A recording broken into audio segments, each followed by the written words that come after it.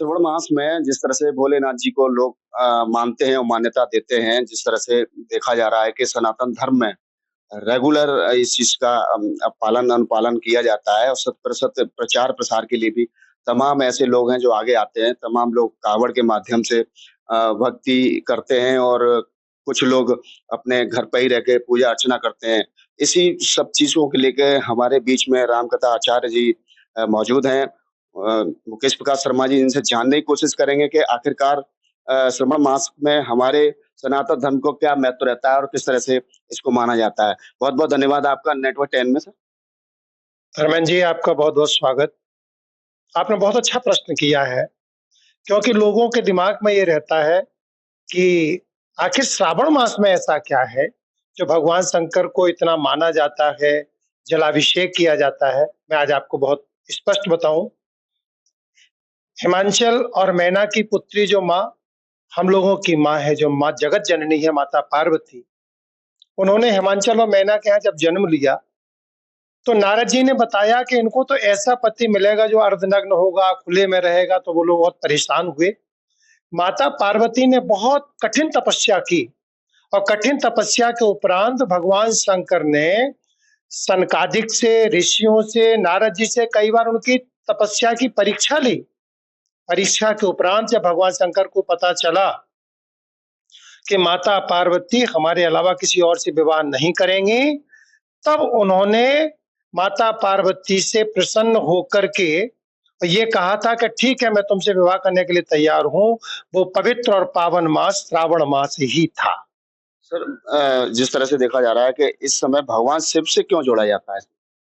इसलिए जोड़ा जाता है क्योंकि श्रावण मास में भगवान शंकर ने माता पार्वती को वचन दिया विवाह करने के लिए, और अभी कुछ दिन पहले देवशयनी एकादशी को आप सब लोग जानते हैं, पूरा भारतवर्ष जानता है। और ऐसी मान्यता है कि देवशयनी एकादशी को भगवान विष्णु योग निद्रा में चले जाते हैं और फिर वो देवोत्थानी एकादशी को जगते हैं, योग निद्रा से बाहर आते हैं। तो देवशयनी एकादशी के बाद भगवान शंकर ही पृथ्वी पर आकर के यहाँ का भार संभालते हैं। और जो पहले एक आपने बात कही थी कि कांवड़ यात्रा क्यों होती है, जलाभिषेक क्यों होता है, भगवान शंकर ने इस सावन मास में माता पार्वती को, उनके माता पिता को अपनी अनुमति दी विवाह के लिए। शिवरात्रि जो फागुन मास में आती है उसमें विवाह हुआ, लेकिन पहली बार भगवान शंकर अगले श्रावण मास में अपनी ससुराल गए तो उनका जलाभिषेक के द्वारा स्वागत किया गया, तो वो बहुत प्रसन्न हुए। उसकी परंपरा के अनुसरण में भक्त उनको प्रसन्न करने के लिए जलाभिषेक करते। सर माना तो ये भी जाता है कि इस मास में शिव जी की आराधना को इतना ज़्यादा महत्व क्यों दिया जाता है? इसके बारे में ज़रा भगवान शिव की आराधना को इसलिए महत्व दिया जाता है कि ये माह भगवान शंकर को अति प्रिय है, क्योंकि उनको प्रिय अर्धांगिनी सती जी के बिछोह के बाद, हजारों वर्षों के बाद माता पार्वती, माता माता मैं बार बार इसलिए कह रहा हूं क्योंकि हमारी भारतीय सनातन की परंपरा है, हम पार्वती जी नहीं कह सकते, हम सबकी माँ है वो। तो पार्वती जी उनको मिली थी अर्धांगिनी के रूप में, इसलिए श्रावण मास में वो बहुत प्रसन्न थे। और हमारी एक परंपरा है कि जिस माह में, जिस दिन में, जिस समय कोई हमसे बड़ा प्रसन्न होता है, उस माह में यदि हम उससे कुछ मांग करते हैं, यदि उसकी पूजा करते हैं, तो वो हमें अच्छा फल देते हैं। इसलिए श्रावण मास में भगवान शंकर की उपासना की जाती है।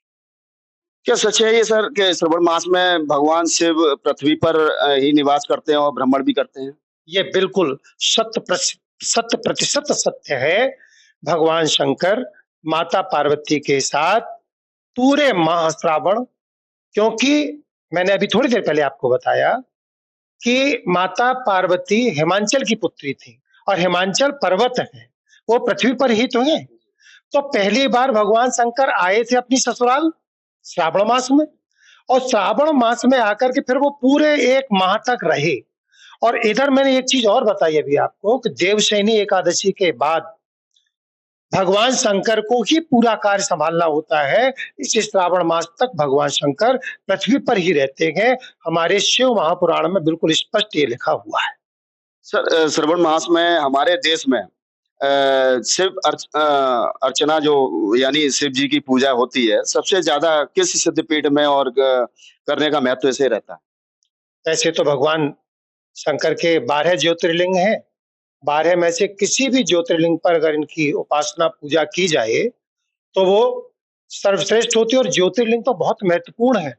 अगर किसी भी मंदिर में भी जाकर के इनका अभिषेक किया जाए और पूजा की जाए, लेकिन फिर भी ये माना जाता है कि जो सोमनाथ में बना हुआ है सबसे प्राचीन ज्योतिर्लिंग है, यदि उसमें कोई जाता है तो उसको धर्म, अर्थ, काम और मोक्ष चारों पदार्थों की प्राप्ति होती है। और भगवान शंकर की आराधना पंचाक्षरी मंत्र नमः शिवाय या ओंकार, जिसको प्रणव बोलते हैं, ओंकार के द्वारा उनकी आराधना अपने घर में भी की जा सकती है, किसी शिवालय में भी की जा सकती सर, देखा जा रहा है कि श्रावण मास में ही भोलेनाथ की पूजा अर्चना होती है, इसे सोमवार की महत्वता को दिया जाता है, तो ऐसा क्यों होता है? है। बहुत सुंदर प्रश्न आपने किया। पूरे साल के सारे सोमवार भगवान भोलेनाथ के ही होते हैं, लेकिन ऐसा देखा जाता है कि जो सोमवार को व्रत नहीं भी रहते हैं, वो श्रावण मास के सोमवार के व्रत को रहते हैं। क्यों?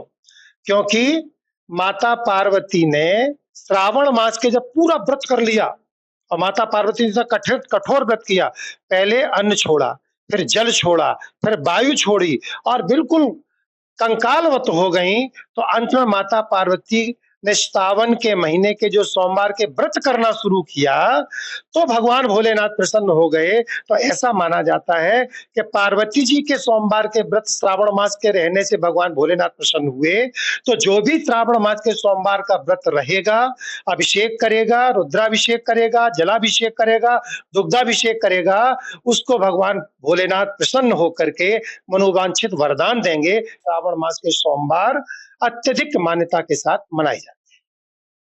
बहुत-बहुत धन्यवाद जिस तरह से आपने सुना रामकथा आचार्य मुकेश प्रकाश शर्मा जी को, जिन्होंने बताया विस्तार से कि भगवान भोलेनाथ की मान्यता क्यों और किस तरह से होती है। जुड़े रहिए नेटवर्क 10 के साथ में। धर्मेंद्र कुमार सिंह, फिरोजाबाद।